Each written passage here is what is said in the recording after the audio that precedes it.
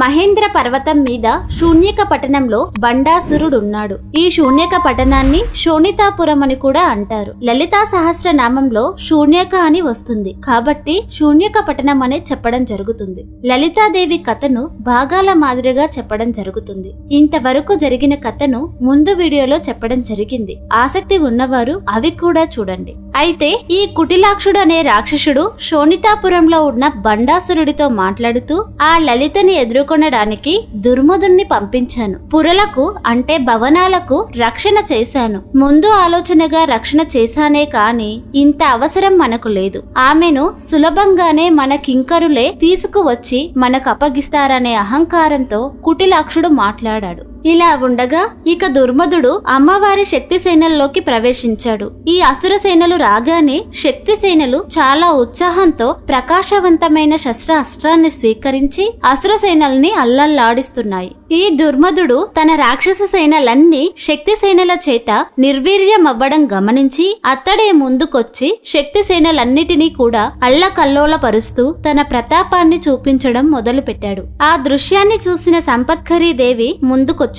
ఈ అమ్మవారు గజబలానికి ఆది నాయకురాలైన తల్లి. తనతో సమానమైన శక్తి సేనలతో ఆ తల్లి దుర్మదుణ్ణి ఎదుర్కొన్నది. అమ్మవారి సేనలకు అసుర సేనలకు మధ్య భయంకరమైన యుద్ధం జరుగుతుంది. ఈ అమ్మవారి దగ్గరున్న సేనలు గొప్ప పరాక్రమాన్ని చూపిస్తుండగా దుర్మదునికి ఉక్రోషం కలిగింది. అతని వాహనం ఒంటె. ఆ ఒంట మీద కూర్చొని మహా వేగంగా అమ్మవారి మీదికి వచ్చాడు. అలా వచ్చిన వాణ్ణి చక్కగా అమ్మవారు ఎదుర్కొన్నారు. ఈ రాక్షస సేనలన్నిటి మీద సంపత్కరీ దేవి తన ధనుసు నుండి బాణాలు విసిరింది. అవి మబ్బుల్లోంచి వాన జల్లులు కురుస్తున్నట్టుగా బాణాల వర్షం కురుస్తుంది. ఒక్క సంపత్కరీ దేవి వేసిన బాణ వర్షంతో అసుర సేనలన్నీ అల్లకల్లోలమైపోతున్నాయి. అయితే ఈ దుర్మదుడేం తక్కువ వాడు కాదు. వాడు కూడా తన మాయా శక్తులతో భయంకరమైన ప్రతాపాన్ని చూపించగా శక్తి సేనలు కొంచెం స్తంభించాయి. అది గమనించిన సంపత్కరీ దేవి కోపంతో ఉన్న కళ్ళతో తన రణకోలాహలం అనే గజాన్ని మరింత ముందుకు దుర్మదుడి పైకి తీసుకొని వచ్చింది.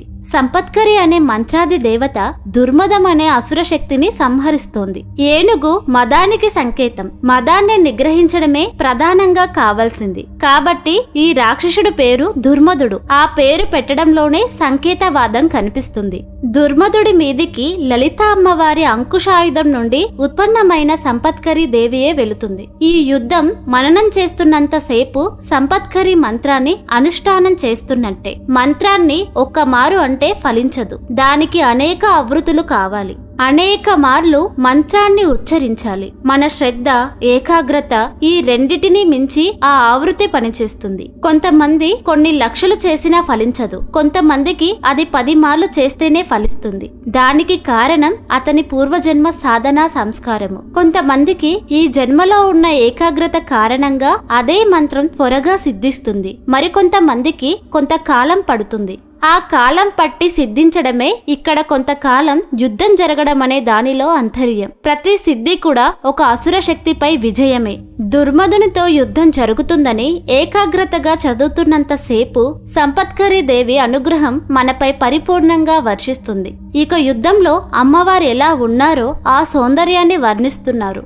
మామూలుగా సింహాసనం మీద కూర్చున్న దేవి యొక్క సౌందర్యం వర్ణించడం వేరే విషయం. యుద్ధంలో సౌందర్యాన్ని వర్ణించడం అనేది గొప్ప అద్భుతమైన అంశం. దీనినే దుర్జటి మహాకవి వీర శృంగారమూర్తి అని భావించారు. అటు శృంగారము ఉంది అంటే సౌందర్యవంతమైన అలంకారము ఉంది, ఇటువైపు వీరత్వము ఉంది. ఈ వీర శృంగారమూర్తిని కేవలం యుద్ధంలోనే చూడగలరు. మంత్రాది దేవతలందరూ కూడా వీర శృంగారమూర్తులుగా కనిపిస్తున్నారు. కాబట్టి వారు ఎంత ప్రతాపం చూపిస్తుంటారో అంత ప్రసన్నంగా ఉంటారు. కొంతమంది ప్రతాపం చూపించేటప్పటికీ వారికి లోపలున్న సుకుమార్యం, ప్రసన్నత ఇవన్నీ అడుగంటిపోతాయి. కానీ సంపత్కరీ అమ్మవారి ప్రతాపాన్ని, ప్రసన్నతని రెండిటినీ చూపిస్తుంటారని అద్భుతంగా చండీ సప్తశతి దేవి మహత్యంలో వ్యాస మహర్షి వర్ణిస్తారు.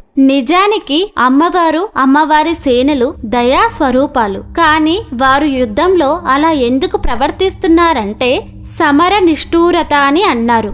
యుద్ధంలో అలా ప్రవర్తించాలి కాబట్టి అలా ఉన్నారని అర్థం. ఆ ప్రతాపము కూడా కారుణ్యం యొక్క మరొక భావ ప్రకటనమే, అంతేకాని అది కారుణ్య రహితం కాదు. ఆ వీర శృంగార మూర్తిని హయగ్రీవ స్వామి మనకు కళ్ళకు కట్టేలా వర్ణిస్తున్నారు. ఆ సంపత్కరి దేవి రణకోలాహలం అనే ఏనుగు మీద కూర్చొని మ్రోగుతున్న కంకణాలతో నున్న చేతితో ధనుస్సు పట్టుకొని మరొక చేత్తో వింటినారిని లాగింది. ఆ దృశ్యాన్ని, శబ్దాన్ని రెండిటిని అద్భుతంగా మన అనుభూతిలోకి తెస్తున్నాడు. అలా లాగేటప్పుడు ఏదో కష్టపడి వింటిని లాగడం కాకుండా లీలగా లాగిందంట. అయితే లాగడం కనిపించింది తప్ప మళ్ళీ కొంతసేపటికి విడిచిపెట్టిందా అన్నది కనిపించడం లేదు. అలా వెంటనే బాణాలు వస్తూనే ఉన్నాయి. అప్పుడు ధనస్సు ఎలా కనిపిస్తున్నదంటే ఈ ధనస్సు ఒక చక్రంలా కనిపిస్తున్నది. నారిని లాగగానే ధనస్సు చక్రంలా మారుతుంది. ఆ చక్రంలా మారిన ధనుస్సే కనిపిస్తుంది తప్ప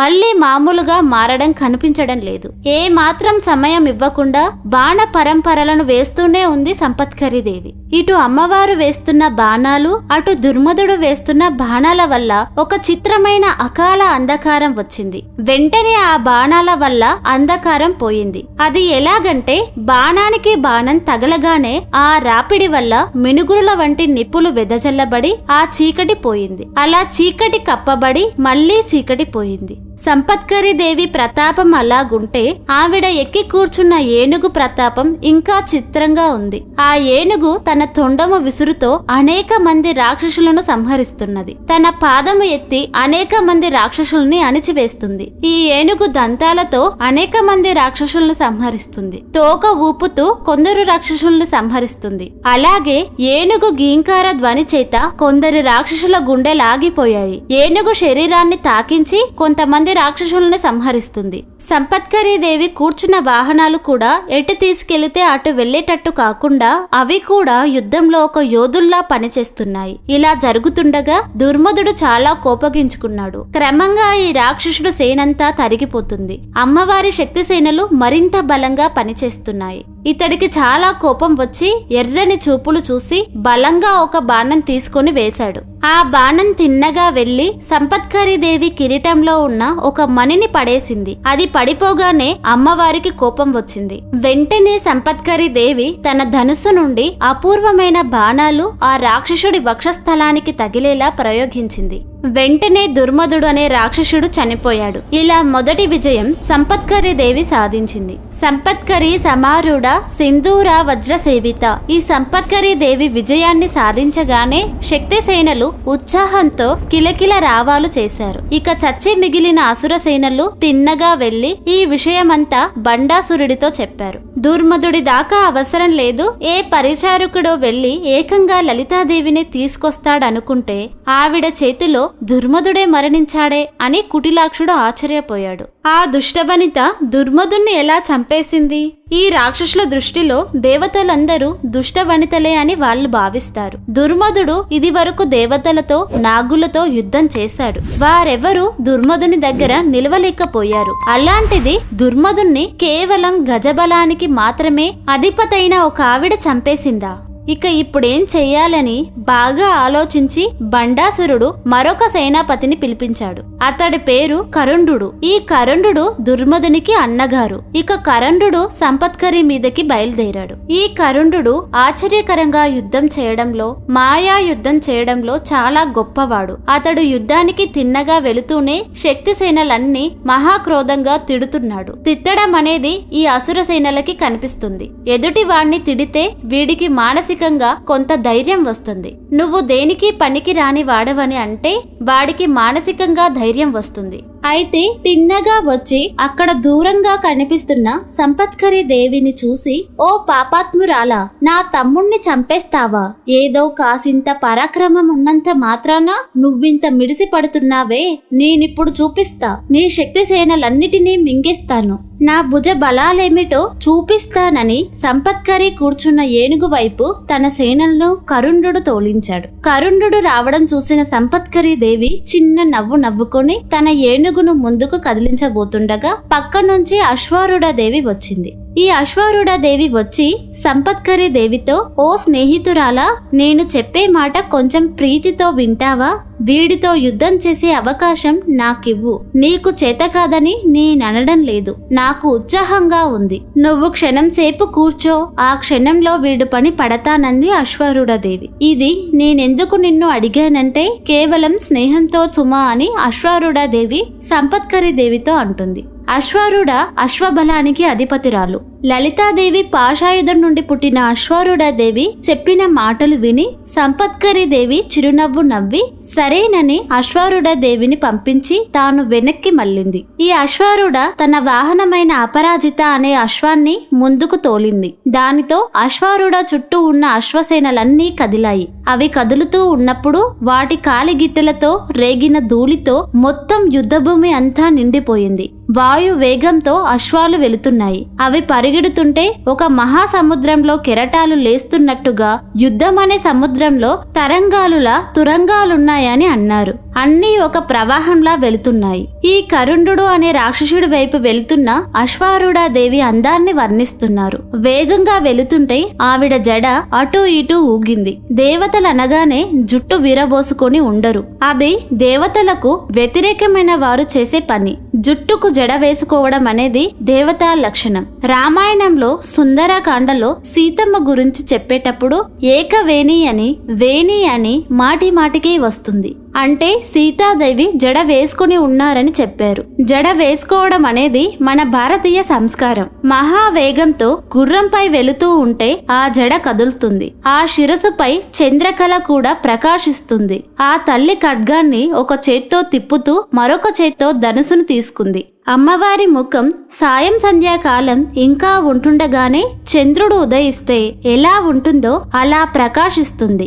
యుద్ధం చేస్తున్నప్పుడు కూడా చిన్న నవ్వుతోనే యుద్ధం చేస్తుంది. యుద్ధం కూడా కష్టపడి కాకుండా అవలీలగానే చేస్తుందని చెప్పడం దీనిలో ఉద్దేశం. ఆమె తన చేతిలో మణులు పొదిగిన ధనుస్సును పట్టుకుంది. ఆ అశ్వంపై కూర్చున్న తల్లి కరుండుడిపై బాణవర్షాన్ని కురిపిస్తుంది. ఆవిడ వాహనం కూడా తన హేషాల చేత రాక్షస సేనల్ని నశింపజేస్తుంది. హేషారావం అంటే గుర్రపు సకిలింత. ఆ తల్లి తన పాశాయుధాన్ని కదిలించగానే దానిలోంచి లెక్కలేనన్ని పాశాయుధాలొచ్చాయి. ఆ పాశాలన్నీ తిన్నగా వెళ్లి అటూ ఇటూ కదలకుండా మొత్తం రాక్షస సేనలన్నిటినీ బంధించాయి. వెంటనే భరించలేని కరుండు తీవ్రంగా ఏకాగ్రతను చూపించి ఒక అద్భుతమైన బాణాన్ని ప్రయోగించాడు. ఆ బాణం తిన్నగా వెళ్లి అశ్వారూఢ దేవి ధనస్సుని వింటి నారిని కూడా తెగగొట్టింది. ధనస్సు అల్లెతాడు రెండూ తెగిపోగానే వెంటనే ఆ తల్లి విసిరిన పాశం వెళ్లి కరుండుని బంధించింది.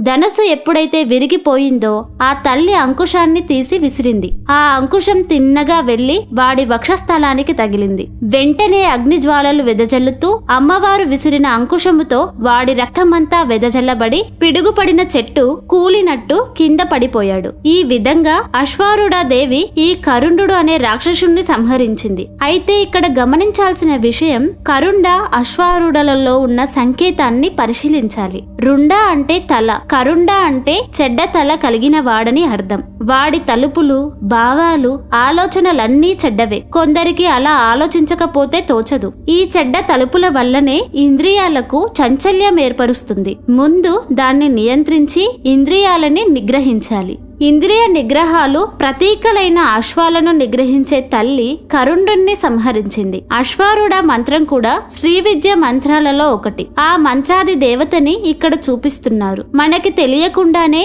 ఈ శ్రీ విద్యోపాసన చేస్తున్నాం. ఒక్కొక్క దేవతని పిలుస్తున్నాం. లోపల ఏ దుర్ముదుడున్నాడో, ఏ కరుండున్నాడో వాణ్ణి ఆ దేవత చేతికి అప్పగిస్తున్నాం. శ్రీ విద్యలో ఏ ఏ మంత్రాలున్నాయో ఆ మంత్ర గుచ్చాలన్నీ ఒక చోట పెడితే అదే లలితోపాఖ్యానం. ఇది కేవలం కథ చదువుతున్నట్టు అనుకోకుండా ఆయా ఘట్టాలన్నీ ధ్యానిస్తూ ఉంటే చక్కని ఫలితాన్ని పొందవచ్చు. అశ్వారూఢ దేవి కరుండుణ్ణి వధించగానే మొదట ఇదెంత అనుకున్న బండాసురునకు నెమ్మదిగా భయం మొదలైంది. కరుండు కాని దుర్మదుడు కాని వారి సేనలు ఎంతో గొప్పవి. వారికి దెబ్బ తగులుతుందన్న విషయం నేను కలలో కూడా ఊహించలేదు. ఎప్పుడూ ఊహించని కష్టం మనకిప్పుడొచ్చింది. లేకపోతే ఒక స్త్రీ ఇన్ని సేనలతో వస్తుందని మనం అనుకుంటామా? ఎంత విర్రవీగే వాడికైనా ఎప్పుడో ఒకప్పుడు జీవితంలో ఊహించని ఎదురు దెబ్బ తగలడం సహజం. అదే రాక్షస సోదరులంతా చెప్తున్న ఒక గొప్ప సందేశం. మాయావీని అయిన దుష్టదాసి వల్ల ఇదంతా జరుగుతుందన్నాడు. రాక్షస బుద్ధి కాబట్టి అమ్మవారిని అంత మాట అంటున్నాడు. ఇక్కడ నుంచి ఇంకా అద్భుతమైన రహస్యాలు వినిపిస్తాయి. ఇక కరుణుడు మొదలైన 5 సేనాధిపతుల్ని పిలిచి వారిని పంపిస్తున్నాడు. వీరితో 100 అక్షోహిణుల సైన్యాల్ని పంపిస్తున్నాడు ఈ బండాసురుడు. ఈ విధంగా కుటిలాక్షుడు బండాసురుడి ఆజ్ఞను అనుసరించి రాక్షసుల్ని పంపగానే వారంతా చక్కగా సిద్ధమై బయలుదేరారు. వీరి దగ్గర కొన్ని మాయా విద్యలున్నాయి. వాటితో ఎదిరించడానికి వెళ్తున్నారు. మన భాషలో చెప్పాలంటే ప్రయోగాలు, చేతబడులు అని అనుకుంటారు కదా. అలాంటి విద్యలలో వీళ్ళు ముఖ్యులు. వారంతా కలిసి సర్పిణి అనే మాయాశక్తిని సిద్ధం చేసి పంపించారు. యుద్ధంలో విజృంభించే ఈ సర్పిణి ఎలా ఉందంటే పొగచూరిన రంగుతో ఉండి పొగలాంటి రంగుతో ఉన్న పెదవులు, పొగ వంటి హృదయం ఉన్న ఆమె లోతైన పొట్టతో ఉంది. ముందుగా సర్పిణి వెళ్ళింది. ఈ 5 సేనాధిపతి రాక్షసులు వారి సేనల్ని ఆమె వెనక్కి ఉంచారు. ఈ సర్పిణి ముందుకు వెళ్తుంది. సర్పిణి శరీరం నిండా అలంకారాలు కూడా పాములే. ఆమె నాసికలోంచి, నోట్లలోంచి కూడా పాములొస్తున్నాయి. మొత్తం శరీరం నుండి పాములొస్తున్నాయి. ఆ సర్పిణి పాములను తయారు చేసే మాయాశక్తి ఎన్నో రకాలైన పాములను లెక్కలేనన్ని సంఖ్యలో ఆ సర్పిణి నుండి వస్తూ శక్తి సేనల్లోకి వెళ్లి వాళ్ళని చుట్టుకుపోతున్నాయి, కాట్లు వేస్తున్నాయి. దానితో అమ్మవారి శక్తి సేనలు ముందుకు కదల్లేకపోతున్నాయి. ఒక పాముని చంపితే మరికొన్ని పాములు పుడుతున్నాయి. అంతూ పొంతూ లేకుండా పాములొస్తున్నాయి.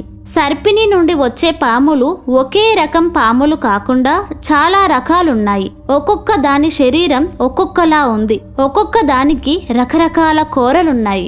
వాటికున్న విషాలల్లో కూడా తేడా ఉంది. ఇక్కడ విషయంలో కూడా తేడా చెప్తున్నారు. ఒక్కొక్క విషయం ఒక్కొక్క రకమైనది. కొన్ని విషాలు నరాల్లోకి వెళ్లి ప్రాణాలు పోగొడతాయి. కొన్ని విషాలు ప్రతి రోమకూపం నుండి నెత్తురు వచ్చేటట్టు చేసి చంపేస్తాయి. ఇలాంటి విష లక్షణ శాస్త్రం కూడా మనకి ఉంది. ఆ లక్షణాలే ఇక్కడ వర్ణిస్తున్నారు. ఆ సర్పాలు రకరకాలైన విషాలతో నోరు తెరుస్తున్నాయి. తెరిచిన నోట్లోంచి 2 నాలుకలు ముందుకు వెనక్కు వెళుతూ అగ్ని జ్వాలల్లా కనిపిస్తున్నాయి. కొన్ని పొగ వంటి రంగుతో ఉన్నాయి. కొన్నిటికి 2 తలలున్నాయి. అతి భయంకరంగా ఉన్నాయి. సర్పిని కళ్ళల్లోంచి కొన్ని పాములొచ్చాయి.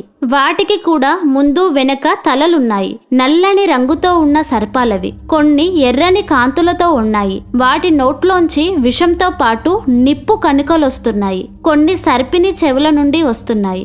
విస్తృతమైన శరీరాలతో భయంకరమైన హాలాహలము వెదజల్లుతున్న సర్పాలొచ్చాయి. వీటన్నిటిని నరికితే ముందొచ్చిన వాటికన్నా కొన్ని రెట్లు పెరుగుతున్నాయి. అలా పెరుగుతూ ఇవన్నీ విజృంభిస్తుండగా ఏం చెయ్యాలో ఎవరికీ తెలియడం లేదు. అప్పుడు లలిత అమ్మవారి శక్తిసేనలన్నీ ఆలోచించుకొని అసలు పాముల్ని చంపితే లాభం లేదు.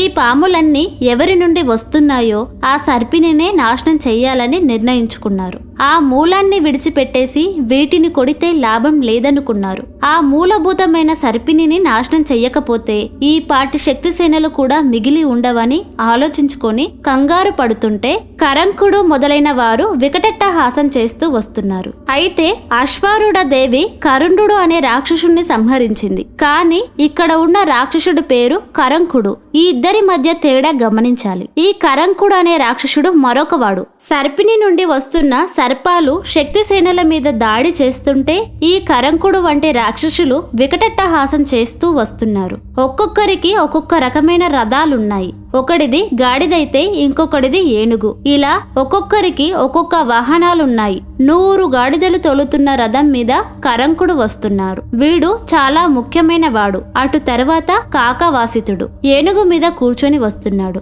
ఇక వజ్రదంతుడు ఒంటె మీద కూర్చొని వస్తున్నాడు. వజ్రముఖుడు ఒక రకమైన రథాన్ని ఎక్కి వస్తున్నాడు. అది చిత్రమైన జంతువులతో తోలబడుతున్నది. వజ్రలోమనుడనే రాక్షసుడు గ్రద్దను వాహనం చేసుకొని వస్తున్నాడు. ఇలా వీరందరూ బయలుదేరారు. ఈ సర్పిని చాలా బాగా పనిచేస్తున్నది. శక్తిసేనలన్నీ క్షీణిస్తున్నాయి. ఇక వారికేం చేయాలో తెలియక మూలశక్తి అయిన లలితపరా భట్టారికను స్మరించారు. లలితాదేవిని కష్టపెట్టకూడదని శక్తి సేనలు చూస్తున్నాయి. ఆమె దాకా రాక్షస సేనలు వెళ్లకుండా వీరే అడ్డం వస్తున్నారు. కాని వారి వల్ల ఎప్పుడైతే కాలేదో అమ్మా లలితాపర భట్టారిక అని నమస్కారం చేశారు. అమ్మవారి స్మరణ చేయగానే సంకల్పం మాత్రం చేతనే అమ్మవారి దవడలోంచి నకులీదేవి వచ్చింది. దవడ వాక్కుకు స్థానం. ఈ శక్తిని స్మరిస్తే అద్భుతమైన వాక్శక్తి లభిస్తుందని వేదం చెప్తుంది. వాక్ రూపాన్ని చెప్తూ క్రింద ఒక దవడ, పైన ఒక దవడ, ఆ రెండిటికి మధ్య ఉన్న నాలుకలోంచి శబ్దం వస్తుంది. దీని అర్థం అమ్మవారి దవడల్లోంచి ఒక శబ్ద స్వరూపిణి వచ్చిందని చెప్పడం. ఈ శబ్ద స్వరూపిణి ఒక ప్రత్యేకమైన దేవత. కొద్దిగా లోతుగా పరిశీలిస్తే దీనిలో ఉన్న భావానికి ఆశ్చర్యపోతారు. నకులీదేవి గరుక్మంతునిపై కూర్చుని వచ్చింది. గరుక్మంతుడు సర్పాలకి శత్రువు. నకులీదేవి వచ్చిన వెంటనే ఒక్కసారిగా శక్తి సేనల్లోకి దూకింది. తరువాత ఏం జరిగిందో మరొక వీడియోలో తెలుసుకుందాం. లలితాదేవి కథ భాగాల మాదిరిగా చెప్పడం జరుగుతుంది. ఈ వీడియోలు మీకు నచ్చితే ఈ ఛానల్ కి సపోర్ట్ చేయండి. వీడియో మీద మీ అభిప్రాయాన్ని కామెంట్ రూపంలో మాకు తెలియజేయండి. ఈ రోజు కథ మీకు నచ్చితే వీడియోకి లైక్ చేసి షేర్ చేయండి. ఇలాంటి మరిన్ని వీడియోస్ కోసం ఈ ఛానల్ ని సబ్స్క్రైబ్ చేసుకొని పక్కనే ఉన్న బెల్ ఐకాన్ ని క్లిక్ చేయండి. ధన్యవాదాలు.